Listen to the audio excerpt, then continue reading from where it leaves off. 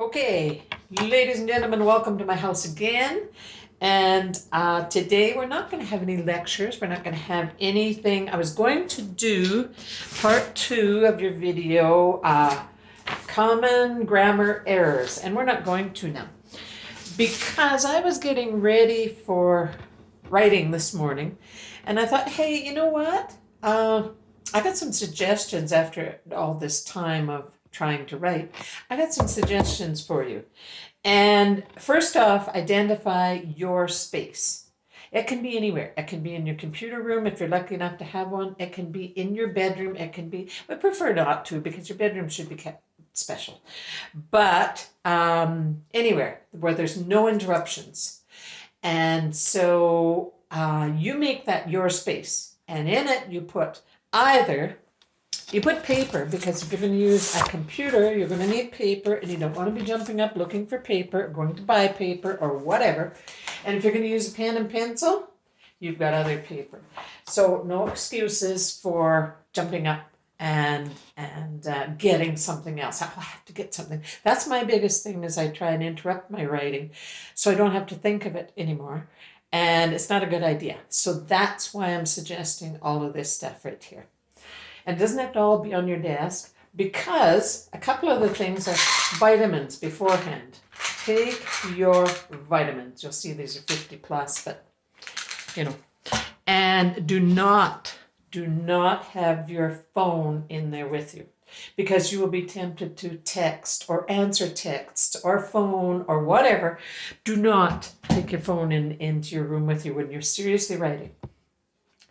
And there's another thing, and I hesitated to tell you, but it's power panties, power underwear. I wear power underwear when I make any speeches. I choose something that is going to make me feel powerful that day, that I can do what I set out to do. And so have at least 7 pair, please, if you're going to write all week. You can have flowered ones for when you're writing flowery stuff. You can have wilder ones when you're writing wilder stuff. You can have granny panties when you're writing about your grandma or the people in your background. But they are a key, I'll tell you. And I have a blanket, a nice soft blanket to put around me when I need hugs. I can't, well, nowadays you can't call anybody to give you a hug, but a blanket will do. It's a nice soft one, gives you hugs when you need it, and gives you encouragement. Music. I use Red Hot Chili Peppers, I got in Scotland, and it's the funniest thing.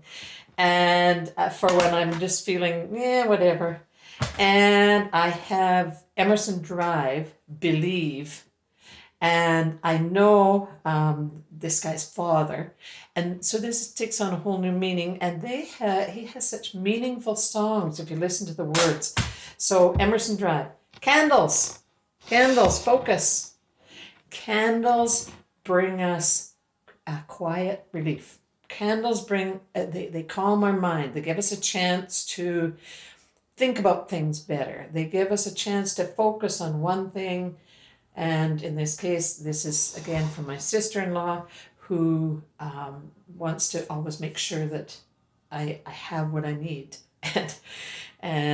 But then you can also have the imitation candles, the ones that you turn on and just have them sitting there. They're not the same, though. I gotta tell you, they're not the same. But this one says, miracles happen to those who believe in them. And I believe that firmly. I strongly believe that. So then we have, if you're not going to use your computer, well, first we have coffee or water, but have a lid on it, okay? Don't spill it on your computer. I have this one I got from my daughter, and I am Wonder Woman when I use it. And I convince myself of that. It gives me just a little extra kick to do some writing, do some wonderful things. And if you're not using your computer, use that other paper and your pen and pencil. But also take out your notebooks, because I will have expected that when you're out shopping or whatever, we eavesdrop, and we especially eavesdrop right now when we can't. talk to anybody really unless we're 6 feet apart. What did they say? What was funny? What was who did you see that there was something worth writing down in your little notebook? Just a reminder to yourself to maybe not today, but one day, hey, that person I could work that person into my book. Or that word. If you hear a word you really like, you can carry these in your purse or in your pocket if you're a guy. Oh, yeah, I forgot. If you're a guy, I don't know what you want to do about power underwear. Sorry, that's sexist. But do what you can about power underwear. But also carry these. You need Kleenexes at your desk because you will use that as an excuse to get up and go. Don't snack, because I wrote myself right out of my sweatpants many years ago, and just because I ate the whole time.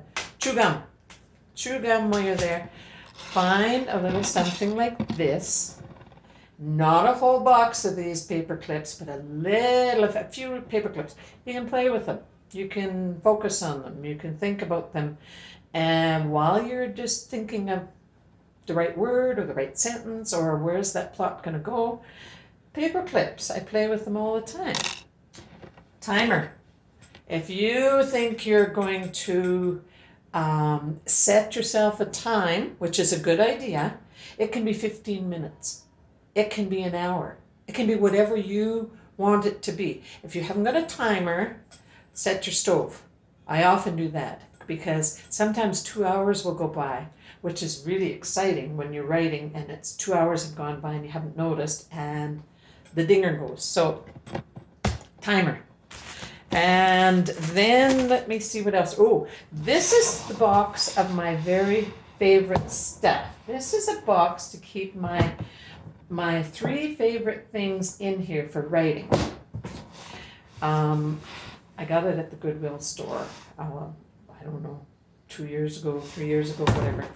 And in it, I have my file for a book when I was young, when we were a family growing up wild near the Pleskin Lake. It's called Bed Chickens Don't Lay Eggs. I'm working on that. The other one I'm working on, and I keep in here, is Grief from A to Z. And the name of the book is going to be I'm Okay Until I'm Not Okay.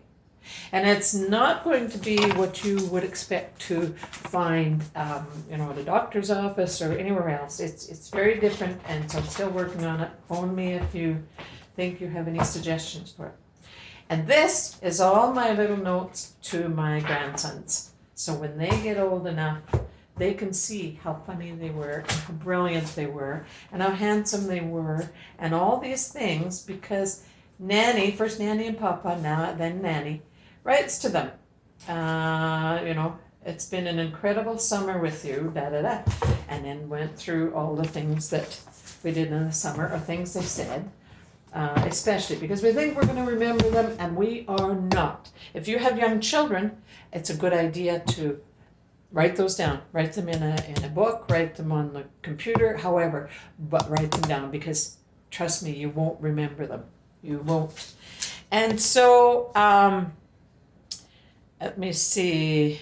A softie or a stress ball. If you have a stress ball, that's great. Oh, daily for a calendar. Set yourself something to do every day. Whether it's write 2 pages, whether it's write for 15 minutes, whether it's, I've got here 1, 2, 3, 4, 5 different things I was working on at that time yesterday. So some of them I got done. But the other thing is, now, it's very sentimental. Have somebody, here's one of your little squeegees, little stress ball. This poor little guy gets choked. But the one who really gets held a lot and loved and kissed and is this little guy. He's a little rabbit, and he's made out of my husband Frank's clothes. When he died, got little rabbits made. So we can hang on to them, we can take them with there for strength. Trust me, this is my strength now. And he's just a funny little guy, but he just fits right in your hand, and he's got legs that move, and he's got arms that move. He's my stress relief because Frank was my biggest cheerleader here on earth, and now that he's gone, that doesn't mean he stopped being my cheerleader.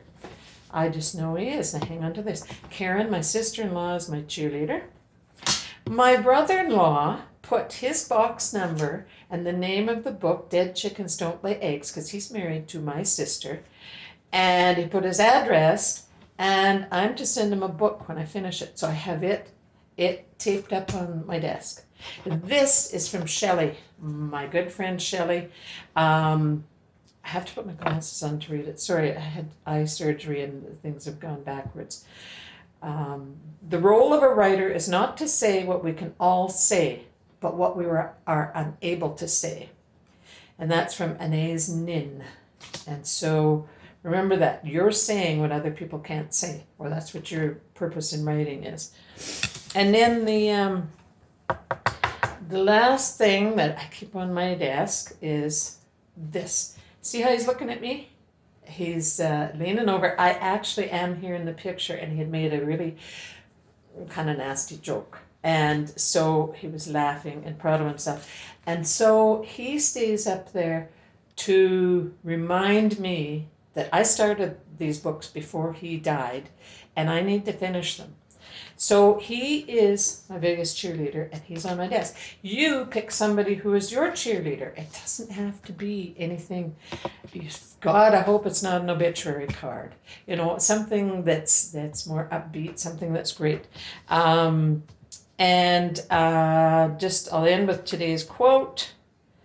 I don't know who it belongs to, but surround yourself with people who make you hungry for life, touch your heart, and nourish your soul. With COVID, you must do it by phone, text, email, video, Skype, or however else you can do it. Just do it and just write. Cheer for yourself if you have no cheerleader, but get a cheerleader and write, please. I'll be your cheerleader. Take care.